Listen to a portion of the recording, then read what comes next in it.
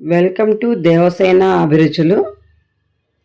ఈరోజు మనము దోసకాయ పప్పు చేసుకుందామండి. దోసకాయ పప్పు చాలా టేస్టీగా ఉంటుంది. ఇది చాలా రుచిగా ఉంటుంది. పప్పు రోజు ప్లెయిన్ పప్పు చేసుకొని బోరు కొట్టినప్పుడు ఈ విధంగా ఏదో ఒక కూరగాయలు యాడ్ చేసుకుంటే టేస్టీగా ఉంటుందండి. దీనికి ఒక అర్ధ కేజీ దోసకాయ తీసుకున్నాము. ఒక 8 టమాటాలు తీసుకున్నామండి. అలాగే ఒక 10 పచ్చిమిరపకాయలు, ఒక పెద్ద ఆనియన్,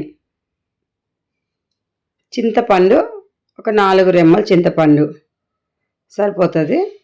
ఇప్పుడు మనము ఒక గ్లాస్తో మీ నెంబర్స్ని బట్టి మీరు పప్పు ఎంత కావాలో అంత వేసుకోవచ్చండి.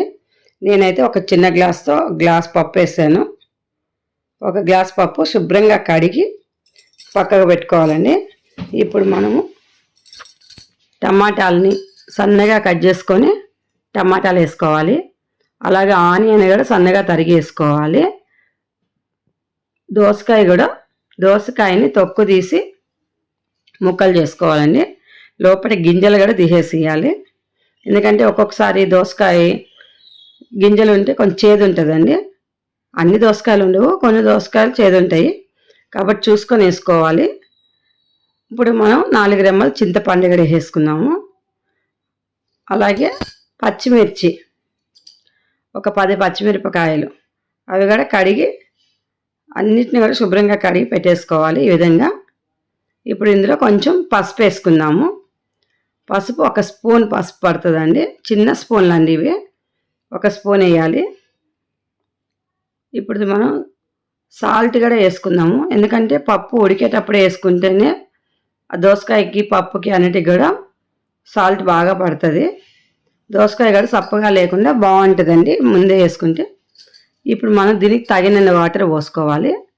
నేను ఒక పెద్ద గ్లాస్తో ఒక గ్లాస్ వాటర్ పోసాను. చిన్న గ్లాస్ పప్పుకి పెద్ద గ్లాస్తో ఒక గ్లాస్ వాటర్ పట్టాయి.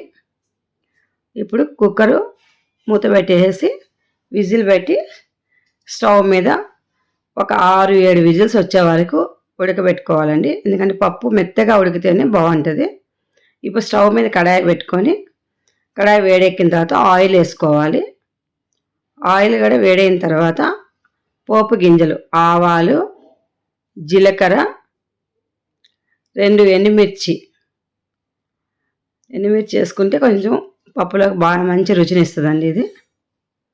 ఇవి కొంచెం వేగిన తర్వాత సగం ఆనియన్ పప్పులో వేసేసాము. మిగతా సగం ఆనియన్ ఇప్పుడు పోపు పెట్టుకుంటున్నాం మనం.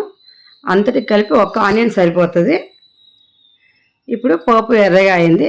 కరివేపాకు వేసుకుందామండి. కరివేపాకు కూడా కొంచెం వేగాలి. ఈ లోపల కుక్కర్ విజిల్ పోయి ఉంటుంది. ఇప్పుడు మనం కుక్కర్ విజిల్ తీసి పప్పు ఎనుపుకోవాలి. చూడండి పప్పు ఎట్లా ఉడికిపోయిందో. ఈ విధంగా మెత్తగా ఉడికిపోవాలండి పప్పు. పప్పు ఎంత మెత్తగా ఉడికితే అంత టేస్టీగా ఉంటుంది. ఇప్పుడు మనం పప్పు గుత్తి పెట్టి ఇప్పుడు ఇది ఎనపాలండి. మరి మెత్తగా కూడా ఎనపొద్దు. ఏ కూరలైనా మరీ మెత్తగా చేసుకోవద్దండి. లైక్ చేయండి, షేర్ చేయండి, సబ్స్క్రైబ్ చేయండి. కొత్తగా మా ఛానల్ చూసే వాళ్ళు ఎవరైనా ఉంటే తప్పనిసరిగా సబ్స్క్రైబ్ చేసుకోండి. మేము పెట్టిన వంటలన్నీ మీకు నోటిఫికేషన్ ద్వారా వస్తాయండి. ఇప్పుడు మనం పప్పులో పోపు వేసుకుందామండి. చూడండి పప్పు ఎనిపేసుకొని ఇలా పోపు పెట్టుకుంటే చాలా రుచిగా ఉంటుంది, చాలా టేస్టీగా ఉంటుందండి. ఇది చిన్నపిల్లలకు కూడా బాగా నచ్చుతుంది. ఇది చాలా ఇష్టంగా తింటారు వాళ్ళు కూడాను. పప్పు రోజు ప్లెయిన్ పప్పు చేసుకుంటే విసుగు పుడుతుందండి.